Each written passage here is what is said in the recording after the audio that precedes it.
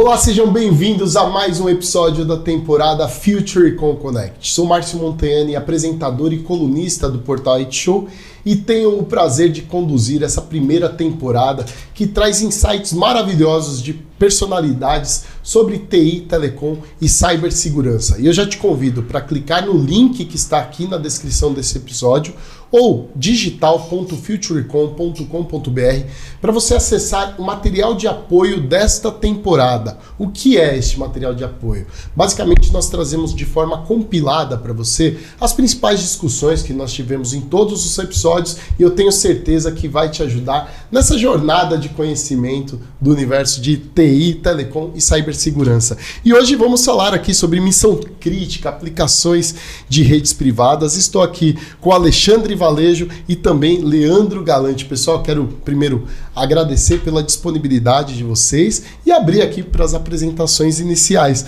Alexandre, por favor. Primeiro, obrigado por todo o tempo aqui, pelo cenário conjunto de discutir aqui com grandes pessoas e os temas que a gente conhece que são críticos e a gente está sempre no dia a dia ali trazendo.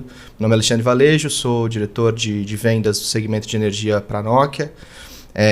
Estou na Nokia há alguns meses, né, mas minha trajetória já é de alguns anos aí focado em projetos de rede privativa, trazendo essa evolução aqui para o Brasil. Né, é um mercado que tem evoluído e tem sido discutido cada vez mais em pauta para cada empresa e para cada segmento. Então, um prazer enorme estar aqui com vocês. E vamos discutir aí esse cenário para ver como que a gente consegue ajudar cada vez mais aí nossos clientes e o mercado em si do Brasil a evoluir nesse cenário. Pô, legal. Sempre bem-vindo aqui. Leandro, por favor, se apresente. Obrigado pelo convite, Márcio. Bom, meu nome é Leandro Galante. Estou há um pouquinho mais de tempo na NEC que você na Nokia. Alexandre, estou há 18 anos na empresa. No momento sou responsável pela área de networks, né? Dentro dessa área, inclusive, a gente tem a parte de redes móveis privadas, que é o que a gente vai discutir um pouquinho mais hoje. E é um prazer, obrigado pelo convite. Bora lá, né? Legal. E, pessoal, a pauta de hoje não tem como a gente começar de forma diferente, né? Porque as limitações ali da rede pública como um todo, no contexto de missão crítica, é um fator fundamental, né? Então, eu queria, até começando aqui pelo Leandro, né? Quais fatores técnicos operacionais, né, que tornam as redes públicas arriscadas e em alguns momentos até ineficientes, né, ainda, principalmente nesse contexto de aplicação em missão crítica? Não, legal, Márcio.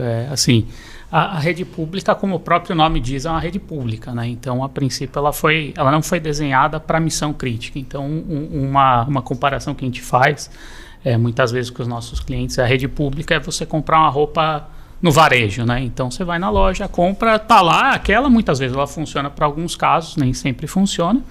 E quando a gente fala de uma rede móvel privada, você está indo no alfaiate, então ele vai lá, vai entender o seu problema, vai cortar a roupa como você precisa e, de fato, atender os casos de uso da tua empresa. E aí a gente começa a entrar que cada empresa é um mundo, né? Coisas completamente diferentes, demandas diferentes, problemas diferentes. E no final, acho que a grande parte legal de falar de redes móveis privadas, principalmente com os clientes, é que você entra no negócio do cliente, né? Então, você precisa entender muito o que a empresa precisa fazer para, de fato, dar resultado, diferente de uma operadora que o negócio dela é a rede em si, né? Até antes de perguntar para o Alexandre aqui alguma questão de aplicação de casos reais, enfim, você acha que não falta ainda um pouco de conscientização do executivo ali, entender que você colocou de uma forma realmente muito simples ali, mas qual o seu ponto de vista com relação à maturidade do executivo que está ali na outra ponta nesse tema? Então, esse é um ponto que acho que é o dia a dia da nossa missão aqui. A gente até brinca às vezes que a gente, no momento das redes móveis privadas, a gente está num momento de evangelização, né? Então, as empresas entendem, mas ainda não tem um entendimento completo do que ele consegue ganhar colocando uma rede móvel privada, suportando os negócios, etc. Então, Eu acho que o que a gente tem visto, pelo menos eu tenho, né, alguns anos aí, então, desde quando nem regulatoriamente era possível você fazer uma rede privativa até hoje, que a gente tem espectro disponível, né, e toda uma discussão direcionada, a gente precisa lembrar sempre que, principalmente as nossas empresas, né, os vendors, as tecnologias, elas pararam, ou na verdade não pararam, mas aumentaram o seu portfólio e a sua atuação para atuar diretamente com empresas de negócio fim, e não mais só com as operadoras. Então, a linguagem é outra, o portfólio é outro, e a gente tem que sempre lembrar que o cliente final não é um operador, ele não é especialista em telecomunicações no modelo que a gente conhece tradicionalmente. Então, o que a gente tem que focar e o que a gente tem que trabalhar em conjunto com os líderes e com os executivos é de descobrir qual é a dor que a gente está endereçando e qual é a tecnologia que vai endereçar aquele tipo de dor, né? A gente está falando de redes privativas móveis aqui, mas tem outros tipos de conectividade, tem outros tipos de utilização que vão endereçar cada uma das necessidades dos clientes. Então, o que a gente vê de necessidade, que a gente está falando de evangelização aqui, é passar a discutir o problema, a cerne dos nossos clientes e aí decidir da melhor maneira como a gente vai atuar. Só dentro de redes privativas a gente está falando de pelo menos 2 tecnologias, 4G ou 5G. Como decidir que caminho seguir, aí mais tecnicamente dentro do 5G, 5G SA, NSA, que faixa de frequência vai utilizar, se a gente vai utilizar um tipo de espectro SLP, né, dentro de uma definição já da Anatel, se a gente vai ter uma cooperação com alguma operadora, tudo isso é complexo, não é um projeto simples, não é um projeto de ser falado e fechado em 2, 3 reuniões. Só que o grande ponto a maturidade que a gente tem visto a gente se posiciona como uma camada de habilitação. Nós somos o habilitador de um negócio fim, né? Então, sei lá, a gente vai falar de uma mineradora, de uma utilities, de um cenário de óleo e gás. Não são empresas de telecomunicações, elas têm telecomunicações e muitas delas são muito grandes a ponto de ter áreas inteiras, até diretorias de telecomunicações, mas o negócio fim daquela empresa é extrair minério, é produzir petróleo e é gerar ou distribuir energia. Então, como é que a gente traz a tecnologia e não só uma vertente para conseguir garantir que isso está sendo disseminado e está sendo endereçado o melhor caminho, entendeu?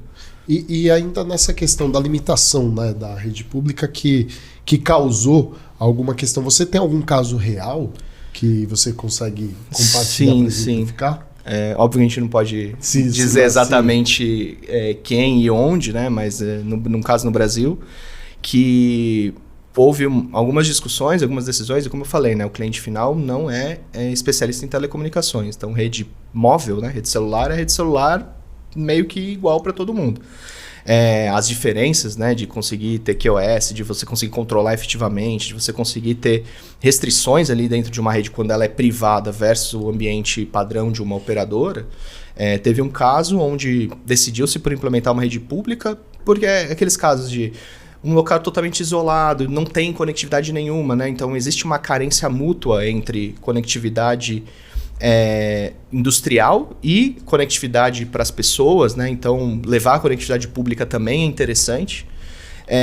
Colocou-se essa rede, implementou-se isso, dimensionou para maquinário, telemetria, que no fim do dia são aplicações de baixo tráfego, né? De throughput baixo, de não muita impacto à latência. Então, se você olhar uma rede pública como natureza, ela deveria atender e deveria funcionar, só que existem vários fatores em volta que não são controláveis. Então, dentro desse cenário, a gente implementou, né, teve a implementação dessa rede e tinha uma série de comunidades e uma série de pessoas mesmo, né, tanto funcionários quanto pessoas que moram próximo àquela empresa, que inevitavelmente foram beneficiadas por aquela cobertura. E o que não se controla é a capacidade que foi dimensionada versus o que de fato estava sendo utilizado. Uma vez que você traz uma rede pública, ela é isonômica, então todo mundo pode utilizar com todo e qualquer aplicação. Então o que começou a acontecer é os usuários públicos, né, os usuários padrões, pessoas físicas, começaram a impactar na capacidade que aquela rede estava dando para a operação industrial. Então, como você não conseguia controlar isso, você começou a degradar cada vez mais a aplicação industrial, principalmente em momento de pico, em momento de alguma parada, etc., para esse cenário. Então, isso impactou drasticamente esse caso, e aí a decisão foi: beleza, a rede pública já está lá implementada, ela vai continuar porque ela tem benefícios, mas vai migrar as aplicações para uma rede privativa onde se controla, onde tem QoS, onde consegue garantir essa capacidade o tempo todo. É o tipo de situação que é rara, mas acontece a todo momento, né? Exatamente. Nós sempre pedimos referências de casos porque a audiência às vezes está passando por esse momento, e o que o Leandro comentou sobre o alfaiate, né? Nós estamos vendo uma movimentação do executivo de tecnologia cada vez mais próximo do negócio, e a importância de vocês, né, suportarem, né, a movimentação. Então ficou aí muito claro e evidente aí a necessidade da proximidade. E nós gravamos, inclusive, na temporada Future Con Connect, um episódio específico sobre conectividade e outro sobre espectro. Então, para o executivo que ainda não é especialista em telecom, essa temporada tem sido literalmente ali uma cartilha de melhores práticas para essa questão. Mas voltando ao tema aqui, Leandro, o papel do 5G, né, na transformação industrial é evidente. O Alexandre comentou algumas questões, mas eu queria entender, né, de que maneira o 5G privado está integrado, né, nos sistemas industriais hoje, e quais são os principais desafios de governança que você entende? Um ponto que até trazer da experiência que a gente tem conversando com os clientes a palavra 5G foi muito bem feito marketing, né? Então, quando eu comecei a trabalhar com 5G, meu pai e minha mãe, um exemplo meio esdrúxulo, falaram: não, você vai resolver o problema do mundo. Eu falei: pai, mãe, não é bem assim. O 5G é muito legal, resolve muito caso de uso, mas assim, o que a gente vê hoje na realidade do Brasil não necessariamente o 5G é a solução para o caso da empresa. Muitas vezes uma rede 4G, que ela é mais simples, mais barata, tem uma cobertura melhor, ela resolve os problemas que a empresa precisa sensacionalmente. Então, assim, por isso que numa das primeiras conversas que sempre a gente tem com os clientes cara, calma, 5G é legal, palavra do marketing, mas vamos discutir o que de fato você precisa para depois a gente ir para o passo da tecnologia. Então, esse é um ponto que eu particularmente gosto muito de trazer para a mesa. E aí, como isso se integra? Bom, como já foi falado aqui, a camada de rede móvel privada é uma camada habilitadora. A gente muitas vezes brinca que isso é uma cola, né? Então você tem a parte de sensoriamento, câmera, celulares, conexão. Aqui no meio você tem essa camada de conectividade, que ela é a cola, ela pode ser uma rede móvel privada, Wi-Fi. A gente entende que essas redes vão coexistir. E em cima a aplicação, que é de fato onde vai gerar o valor para o negócio, né? Então, como isso se conecta? Bom, a gente consegue conectar um sensor que está ligado numa máquina, a gente consegue se adaptar a um processo de, por exemplo, de despacho, uma emissão de nota fiscal. Então, de novo, voltando para o começo, né, a gente coloca essa rede de uma maneira que ela faça sentido para o negócio fim a fim, dependendo do que o cliente precisa.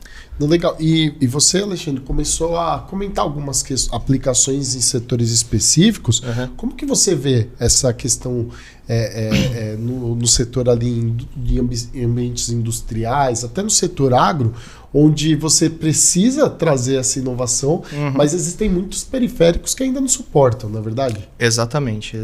Então, acho que muito que o Leandro comentou a gente foca muito em discutir qual é o caso de uso, né? A gente entende claramente que, pegando o ambiente industrial, né, principalmente um cenário mais indoor, uma coisa mais controlada em termos de área de cobertura, né, muito diferente do agro, muito diferente de uma mineradora, né, open pit, o 5G consegue ter uma cobertura aderente, porque são áreas mais confinadas, a gente consegue garantir um tipo de conectividade mais direcionada.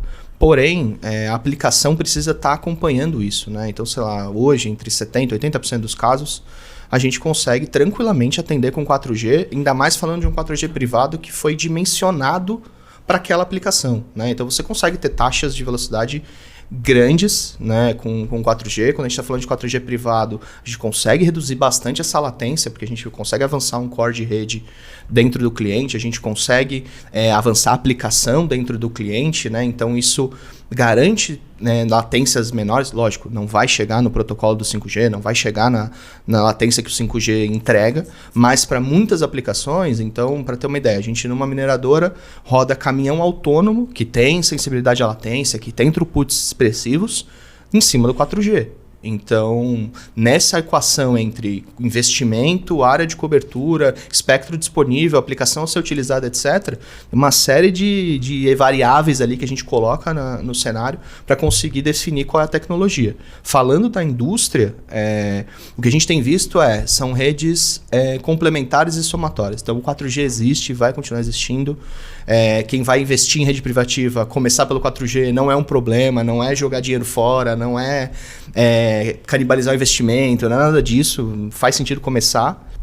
E o 5G vai atuar em aplicações onde de fato é necessário. Então, quando você está falando de uma operação telecomandada com 10 câmeras, que de fato exige uma latência muito grande, muito baixa e uma velocidade muito alta, talvez naquele caso pontual você precise usar o 5G.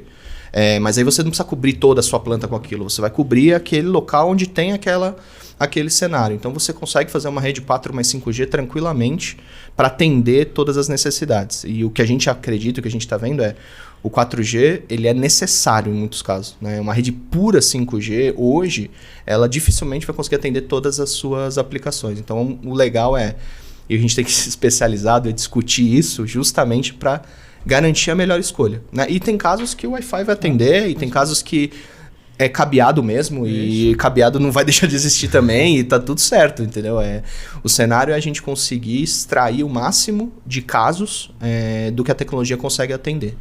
Quer complementar? Não, fica à vontade. Só uma parte assim, uma parte da beleza que quando a gente fala com os clientes, acho, de uma rede móvel privada, assim, você pode começar 4G e aí criar aquela tua camada de cobertura, né? Que é mais ou menos o que você estava falando. Exato. Então cria a área grande e de repente aqui você tem um lugar que você vai precisar de uma videosurveillance, vídeo monitoramento que precisa de um tráfego em real time ou passar o stream inteiro. Aqui você coloca o 5G, essas coisas trabalham completamente transparente. É a mesma coisa que a operadora faz hoje num ambiente confinado para uma empresa, né? Exatamente. E quando a gente... Desculpa. Fica à vontade, por favor. Quando a gente falando de tecnologia, né?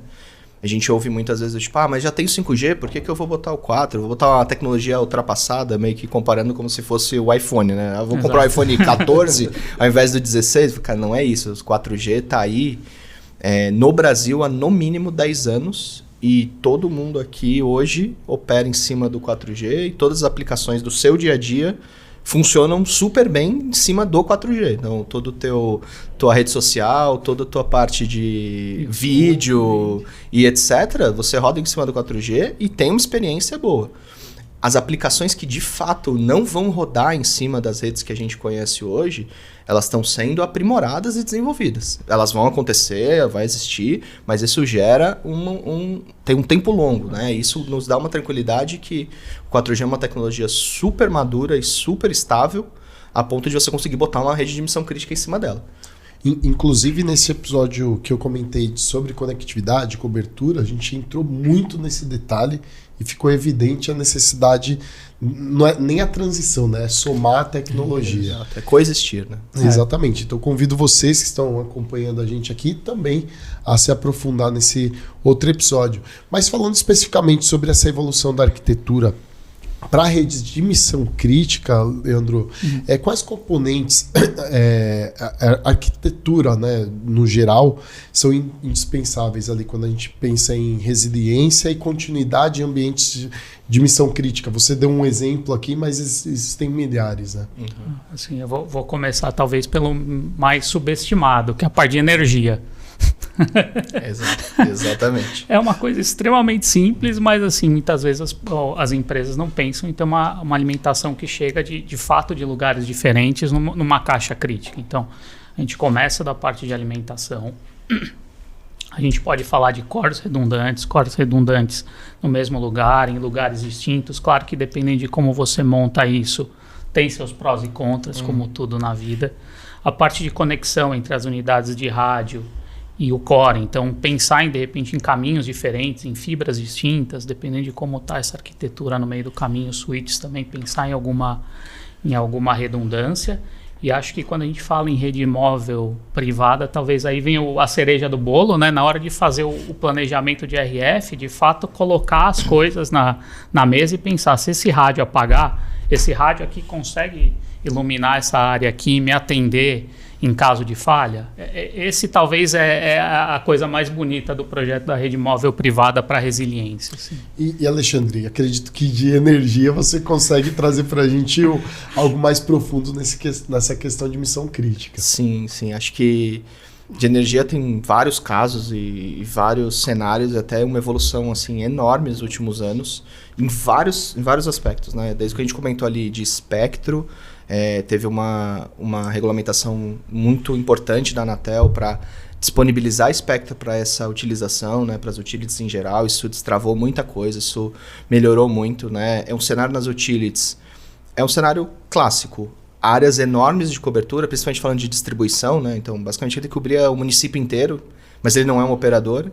Hoje, uma série de tecnologias utilizadas, a própria operadora com M2M padrão, redes BIGAN, redes satelitais tradicionais, redes cabeadas, enfim, uma salada de tecnologias para conseguir garantir isso que o Leandro está falando. Ter a resiliência, ter a condição de atender a regulação, que a regulação das utilities é muito pesada, né? Então também precisa ter uma topologia, uma arquitetura super resistente. E aí é o que o Leandro falou, vem essa rede móvel, essa rede aérea, que com os espectros que a gente está utilizando, né, sub-giga, com pouca infraestrutura ou menos infraestrutura do que se tinha no passado, consegue dar uma área de cobertura boa. As aplicações das utilities têm baixo tráfego, né? Então esse espectro ajuda e consegue dar garantias, resiliência, consegue dar controle para esse tipo de estrutura, né? Para esse tipo de corporação, e habilita outras coisas que o setor também tem carência. Então a gente está falando, basicamente, vou habilitar telemetria de religador, vou habilitar a própria Smart Grid, consigo habilitar a comunicação operacional, que hoje também é uma deficiência, consigo alimentar a telemetria das viaturas, da parte de campo, melhoro segurança em campo, consigo centralizar algumas coisas, né? Então o conhecimento de um eletricista e alguma coisa talvez passa a vir para o centro de novo e você consegue, né, multiplicar melhor esse cenário. Então você consegue empilhar uma série de casos de uso que faz com que faça sentido você ter esse tipo de rede, com investimentos que são aderentes agora, né? São condizentes com o que essas empresas normalmente precisam fazer. E com relação ao Edge Computing, vocês enxergam como um pilar fundamental nessa questão de missão crítica? E como que vocês enxergam o momento das empresas? Elas estão realmente estruturadas? Vocês que estão ali no mercado, como que eu quero entender a visão de vocês nesse sentido.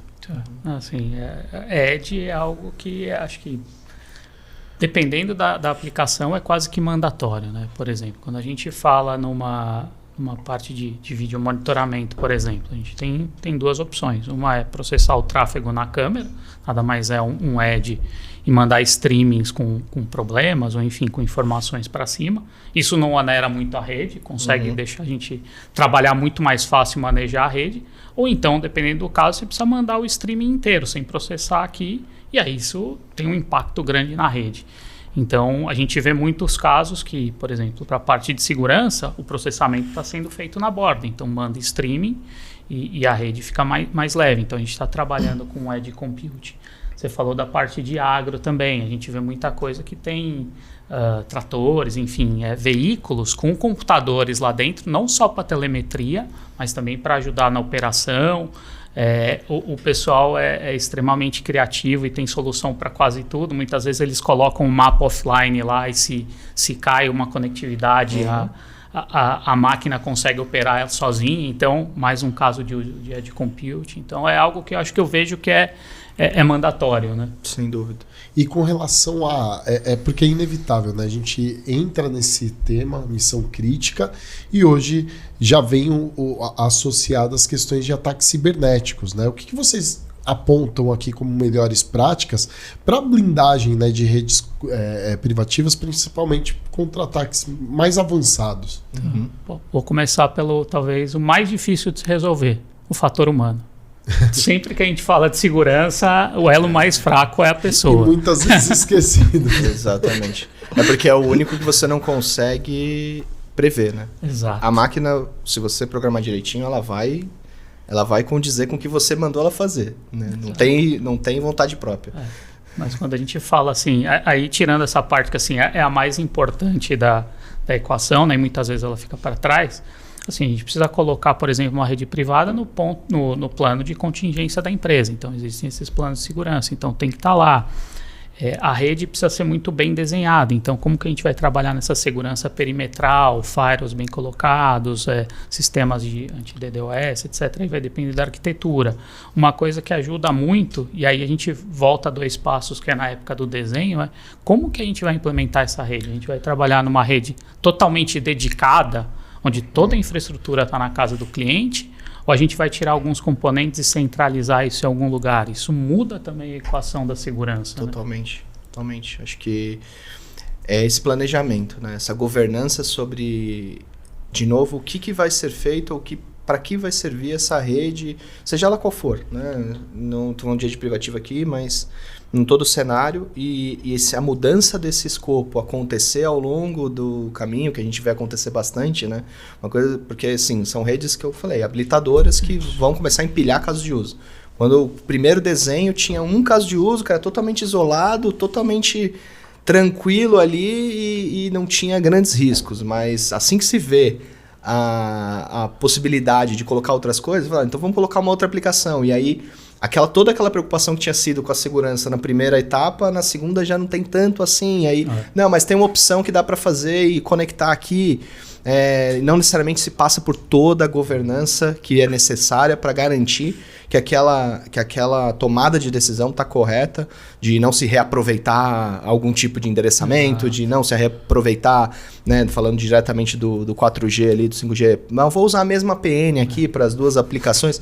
Cara, vamos olhar, vamos entender, não que não possa, não que seja proibitivo, mas vamos olhar se esses caminhos são os mesmos, vamos ver se você não está abrindo uma porta onde não precisava, vamos saber se a sua operação de missão crítica está de fato dentro da tua governança de missão crítica, e não tem problema, a rede ela consegue logicamente separar essas coisas e você... no que não é missão crítica, talvez eu tenha uma tolerância a um risco um pouco maior e aí eu consigo utilizar dessa maneira, não tem problema, mas acho que o principal fato é analisar e planejar exatamente a utilização e meio que conectar com as boas práticas que a maioria das empresas já tem. Então, existe uma discussão muito grande, cara, na parte de IT já tem uma discussão enorme e muito sedimentada sobre isso. A gente está fazendo com rede privativa, estendendo uma parte aérea de uma rede que mais ou menos já existe. Então, por que não usar as mesmas coisas? Por que não aprender no mesmo cenário? E, obviamente, aí, com a NEC aqui, a Nokia, né, portfólio de equipamento que também consiga atender e consiga entregar o que é necessário em cibersegurança na sua totalidade. Né? Exato. É um tema muito amplo, mas... E muitas vezes tem um olhar interno, né? A cibersegurança a partir do... Hoje não existe mais o Anywhere Office, né? Então, a partir do momento que está na rede do cliente, mas tem muito se falado, né, sobre as seguranças embarcadas nas redes privativas. Né? Eu queria entender com relação à evolução dos ataques cibernéticos cada vez mais sofisticados. Vocês acreditam que as redes privativas estão acompanhando também essa evolução? Eu entendo que sim. Bom, tem aqueles dispositivos, né, Flipper, essas coisas que derrubam uma rede Wi-Fi muito fácil, né? Não precisa nem ter muita experiência, o que é muito mais complexo numa rede móvel, né, que ela deriva da rede pública, com a segurança de proteção de SIM card, trocas de chave, etc. Então, é um ambiente muito mais na interface aérea, muito mais controlado e difícil de se derrubar, né? Eu acho que tem algumas barreiras, né? Você tem uma primeira barreira física, né? Ou seja, tem que estar no local, começa por aí. A gente está falando de uma rede privativa, então você precisa estar dentro do ambiente do cliente de alguma maneira. fisicamente já tem a primeira barreira, tem o SIM card, tem troca de chave, tem aprovisionamento, não basta ter um SIM card, tem a gestão que tem sido acompanhada e tem evoluído muito as plataformas de gestão em cima das redes privativas, tanto para troubleshooting, para análise de alarmística, para análise de usuários, etc. Avançaram muito nos últimos anos, então você consegue ter um controle em tempo real daquilo. E quando a gente está falando de rede de missão crítica, normalmente os clientes têm um NOC ou tem um NOC contratado, alguma coisa que tem alguém de fato olhando ponto a ponto o que está acontecendo naquela rede. Então, evoluiu muito, né? Acho que acompanha. Acho que um paralelo fácil de dizer imagina que você está usando o mesmo padrão que as operadoras utilizam para milhões e milhões de clientes dentro da tua empresa. Então, assim, se a gente tivesse grandes falhas de segurança, acho que um monte de ataques já teriam acontecido por aí com as operadoras e com todos os cenários. Então, claro, tem que se manter o olho aberto, tem que se manter o refresh desses cenários.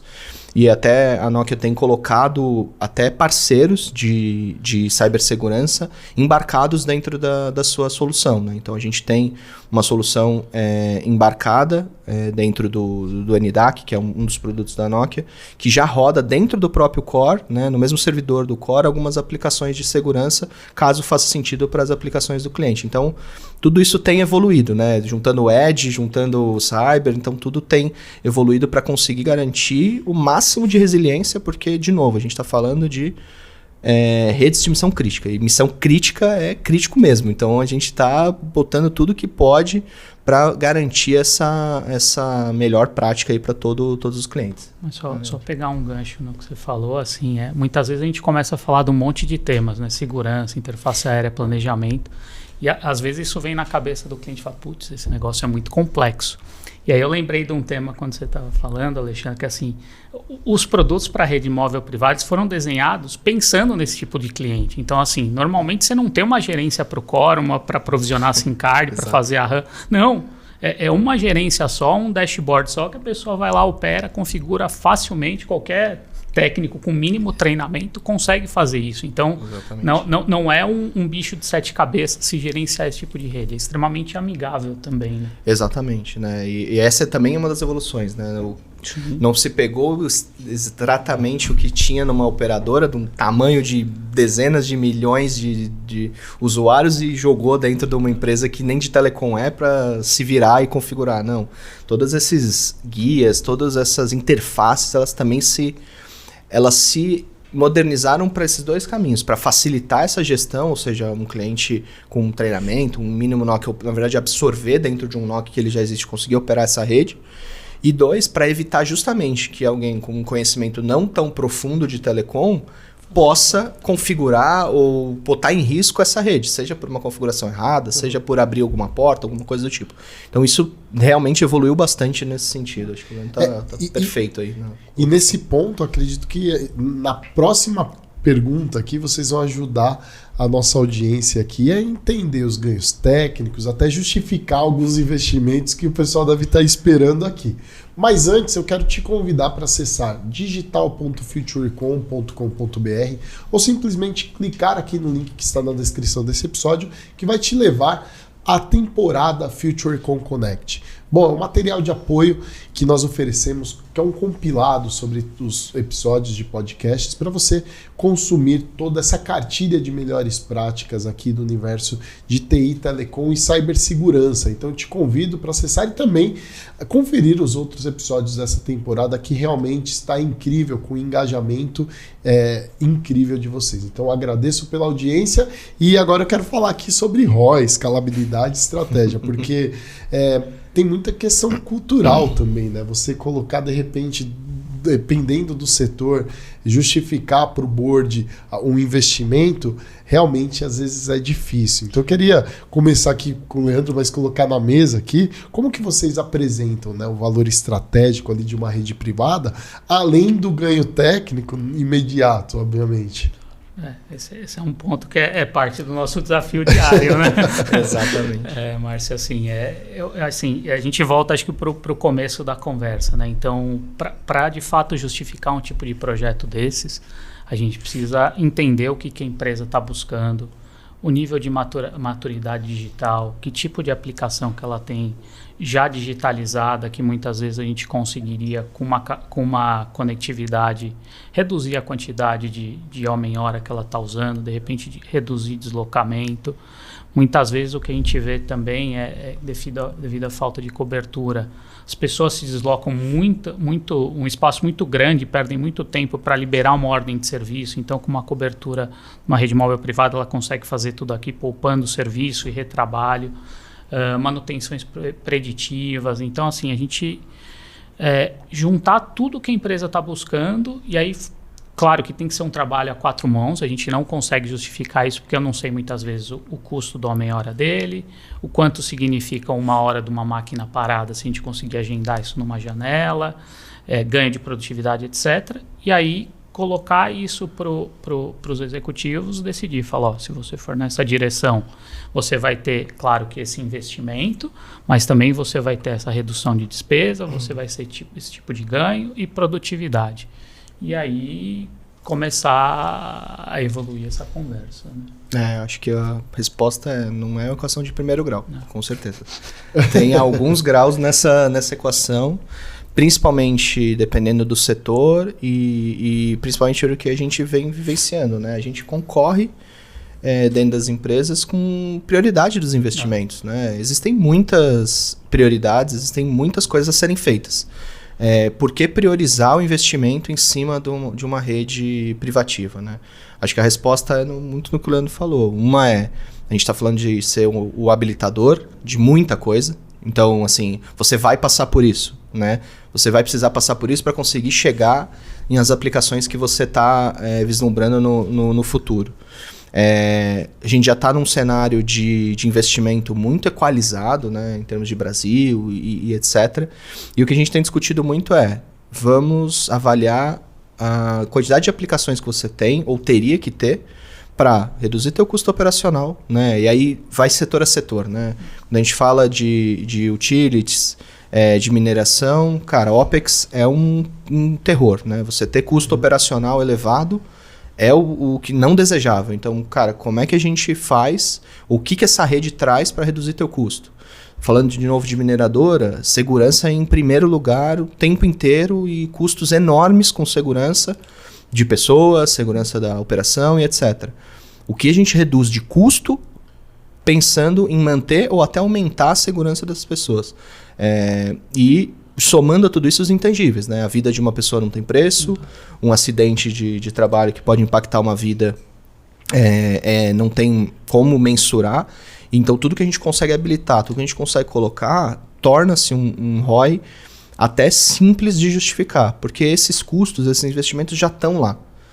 Eles talvez não estejam canalizados nessa conectividade, mas quando você consegue somar esse cenário, você facilmente consegue justificar que esse investimento faz sentido. Né? Áreas grandes de cobertura, cara, como é que você vai viabilizar cobrir isso com Wi-Fi ou cabear ou fazer alguma coisa?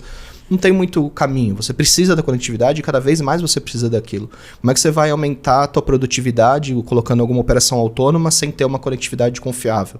Como é que você vai reduzir teu custo, de novo, né, pela uma mineradora com pneu que o autônomo te traz sem ter uma conectividade viável? Então, assim, a rede tende a ser um investimento pequeno, muito pequeno perto do benefício que traz em cima da aplicação. Né? Quando você olha uma grande operação, o que você reduz de custo operacional pode ser com material, né? Como eu comentei do pneu, com segurança de pessoas, até com comunicação, com a agilidade de comunicação operacional que você ganha. Isso assim, é muito fácil de justificar num médio prazo, pelo menos. Né? Às vezes o investimento parece alto, porque de fato, né, não são equipamentos tão simples e etc. Mas o ganho que você tem numa operação é muito grande. Né? Fica à vontade, por favor. Um negócio que assim, que muda o jogo, principalmente para a gente, né? A gente tá muito acostumado a falar com o pessoal de TI, né? E normalmente é a nossa porta de entrada, é o time de TI. Só que o time de TI nem sempre é o dono do orçamento da unidade produtiva. Então a gente começa a conversa com o pessoal de TI, mas no final tem que falar a mesma língua do cara da unidade produtiva, Exatamente. que é o dono do negócio, que é o que tem o investimento, né? E é quem sente a dor, né? Normalmente. Então... mas nesse contexto, porque realmente a questão do custo de propriedade versus o valor agregado operacional é algo difícil, é uma equação complexa. Mas dentro da experiência de vocês, começando até pelo Leandro aqui, o que deve ser observado na questão de escala, né, de uma rede privada entre múltiplos sites ali e necessidade de investimento. Dentro dos projetos que você entra, geralmente o que você costuma iniciar ali, a apoiar o executivo de tecnologia para dar esse próximo passo? Pelo menos a experiência que a gente teve aqui, as coisas começam muito em uma unidade só, né? A gente vê uma unidade que seria um centro de referência, onde eles começam a experimentar mais, né? E esse projeto nasce naquela unidade, fomentado, claro, pela tecnologia, e uma arquitetura, pelo menos na experiência que a gente teve aqui na NEC, totalmente dedicada. Então, todos os equipamentos dentro da casa do cliente, uma rede móvel privada dedicada. Claro que mirando num segundo momento fazer alguma coisa mais distribuída, mas no primeiro momento dedicado. Aí volta de novo, parece que a gente está falando sempre a mesma coisa, né? Mas aquela discussão, como você quer crescer isso, por que você quer crescer e como é que vai fazer sentido da gente movimentar essas peças? É possível movimentar essas peças, dependendo do que a gente quer fazer. São localidades muitas vezes remotas, então o acesso a uma rede WAN, uma internet é muito restrito, então talvez faria sentido centralizar um pedaço do core, mas não é possível por causa de como a gente tem abordagem, então... de novo, é muito caso a caso. É difícil trazer uma regra. Né? Mas existe um único ponto comum, que é a necessidade da evolução do executivo de tecnologia. Correto. Nós estamos vendo a necessidade do executivo cada vez mais próximo do negócio, enfim. E dentro dessa experiência de vocês, quais são? A gente está falando muito sobre hard skills, soft skills, enfim, mas o que vocês julgam como fundamental para o líder, né, para o novo líder de TI no comando das operações críticas para os próximos anos? Eu posso trazer algumas coisas do soft skill, assim. Gerenciar equipes remotas e híbridas é um desafio. Sim. Principalmente nessas gerações, né? Diferentes gerações. Diferentes interesses, enfim. A parte de contar histórias, no final você vai ter que contar uma história para todo mundo de como vender, né? E conseguir negociar isso internamente. Mostrando que a sua dor de fato tem uma resolução com aquele problema, a gente vai gerar mais valor para a empresa.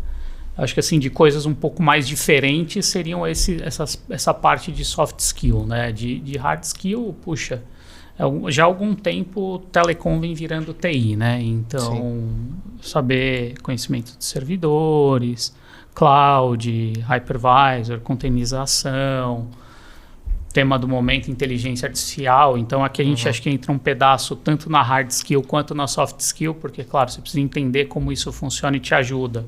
Mas você tem um monte de pessoas aqui também, de novo, mexendo nessa parte de IA. Pode gerar uma brecha de segurança, pode gerar um monte de coisa. Então é um ponto a se ter atenção. Acho que o líder de tecnologia e nessas grandes corporações e tudo mais tem grandes desafios, né? Um é conseguir montar uma equipe multidisciplinar e ter olhos para isso, de entender qual é o ganho que você tem, de ter diversas vivências e diversas formações, às vezes formações até não tradicionais, tem nos trazido grandes informações assim, valiosas de uma vivência e de um pensamento diferente. Eu acho que ter o contraponto é sempre importante dentro desse cenário. É importante que o líder esteja, obviamente, seja seu time ou diretamente, imerso nessas novas tecnologias. A gente estava conversando aqui offline, né? Em um mês muda muita coisa. Então, assim, cara, você tem que ter ou gente de sua extrema confiança trabalhando isso, vendo isso e trazendo para você, filtrando isso, né? Então a gente vê tecnologia nascer e morrer em 1 mês e meio, 2. E, cara, o quanto de tempo e de investimento você está gastando, não estou nem falando de implementar, mas até de avaliar alguma coisa, né? Você se ancorar, de fato, em parceiros estratégicos, e eu vejo isso cada vez mais fazendo sentido. você tem que ter parceiros de N tipos, né? Para que você consiga fazer com o teu objetivo final, né? E normalmente TI, estou falando mais de corporações, que TI dificilmente é o core business efetivo, né? Mas hoje em dia não tem nada sem passar por TI ou por telecom ou por tecnologia no geral. Então, como é que você se coloca como líder ajudando o negócio da tua companhia, independente do que ela seja? Você tem que ser o facilitador daquilo, né? Então, seus parceiros, seu time, o seu dia a dia tem que se posicionar alavancando isso, acelerando isso e não virando cada vez mais um problema. Eu acho que é aí que o líder de tecnologia ganha força, porque ele tem as ferramentas, as melhores ferramentas, e ele precisa ter o maior patrocínio, porque normalmente o orçamento dele depende de várias outras áreas, né? Normalmente TI não gera receita, tirando empresas de TI. Então, quem gera receita tem a chave do cofre, né? Como é que você convence quem tem a chave do cofre que você tem o caminho correto? Eu acho que esse é um dos desafios aí do que o líder de TI precisa fazer no dia a dia. Perfeito. E nesse ecossistema você tocou num ponto fundamental, que é o integrador. E vocês têm muita experiência ali, né, nessa interação, né? Como que vocês enxergam que a integração entre fornecedor, integração e operadoras, cliente final, enfim, podem acelerar a inovação, especificamente em questões de missão crítica? Assim, tirando raros exemplos, acho que ninguém tem a solução fim a fim para a dor do cliente final. Então, é um mundo novo que a gente está trabalhando, então acho que a palavra certa é ecossistema. Então, muitas vezes a NEC e a Nokia estão competindo num projeto. Exatamente. Às vezes é uma relação de cliente-fornecedor, às vezes a gente é parceiro, então eu estou integrando uma solução. Exatamente. Parceiro A, B e C. A gente precisa coletar outras peças para montar esse ecossistema. E o que a gente tem que fazer do nosso lado? Conhecer as pessoas, testar soluções para estar validado fim a fim. Os processos internos têm que estar azeitados também para isso rodar. Então, muitas vezes, poxa, a gente testou aqui tudo direitinho, funcionou entre a NEC e a Nokia, sensacional.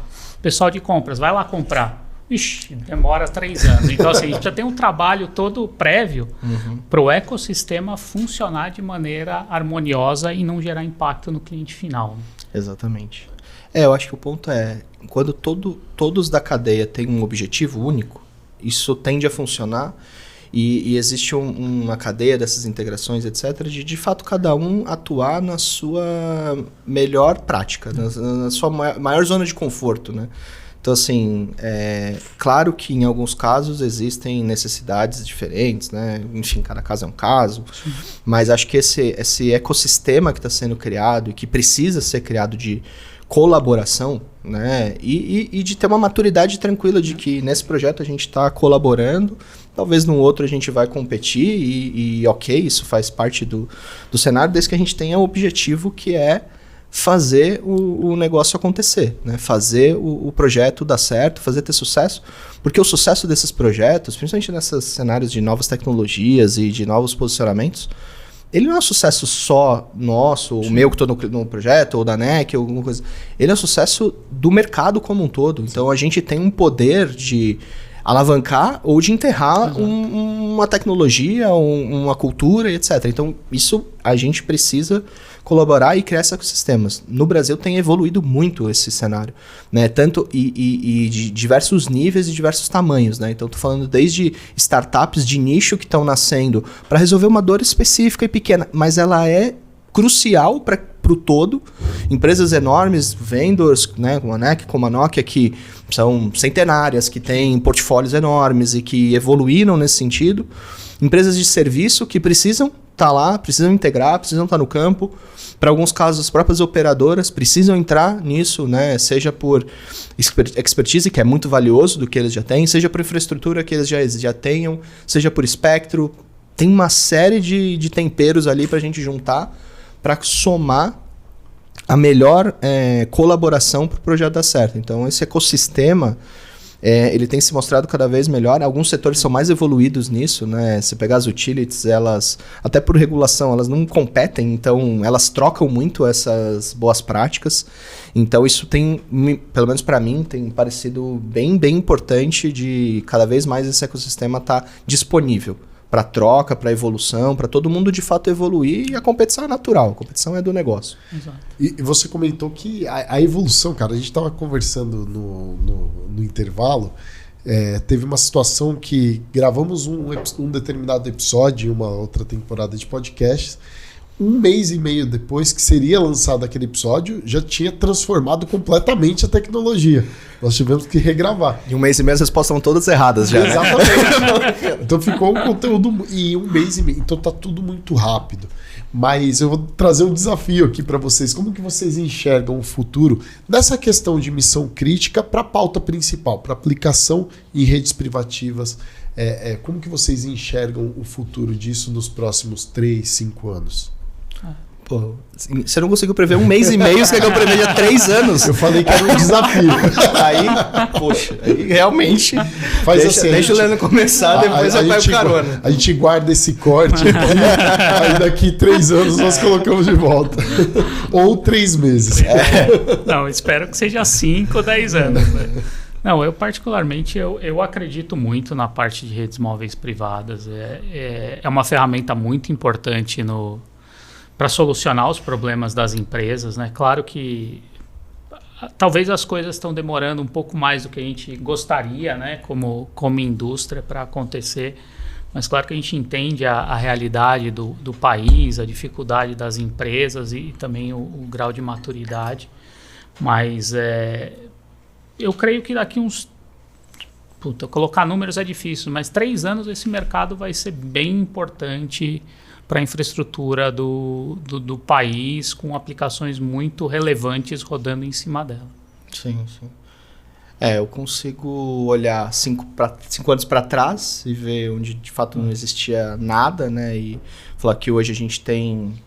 A Nokia tem 890 redes privativas hoje no mundo, mais de 50% de market share, então em 5 anos a gente fez muita coisa. Né? E a gente vê que normalmente essas curvas de tecnologia são exponenciais, né? Então acho que nos próximos 3 anos aí, 5, eu não tenho a menor dúvida que quem tiver necessidade de missão crítica vai ter alguma rede móvel sua, privada. Eu não consigo chutar a tecnologia aqui porque aí muda muito, mas que com certeza vai caminhar para isso e vai se ter algum tipo de rede que consiga atender esse cenário e as aplicações. E eu acho que agora a gente está numa outra virada, porque tem 2 momentos, né? Tem as empresas talvez menos maduras que agora estão adotando, né? Já viram os early adopters ali sofrerem, já viu como é que a coisa aconteceu e agora vai seguir. Então acho que tem um crescimento grande do número de redes de privadas que vai evoluir. Brasil e mundo, acho que a gente está vendo essa tendência de forma natural.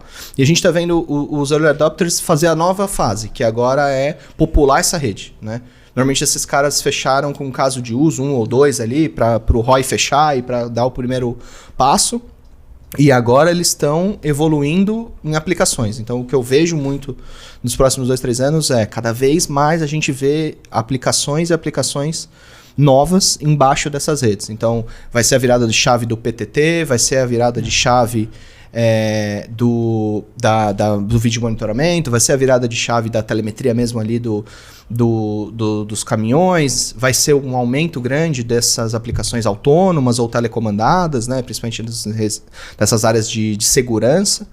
Então, é isso que eu vejo nesses 3 anos, assim, uma evolução clara de adoção dessas redes, dentro das redes que já existem quanto das novas, e de evolução dessas aplicações. Então, se fosse chutar em 3, 5 anos aí, eu entendo que é isso que vai acontecer.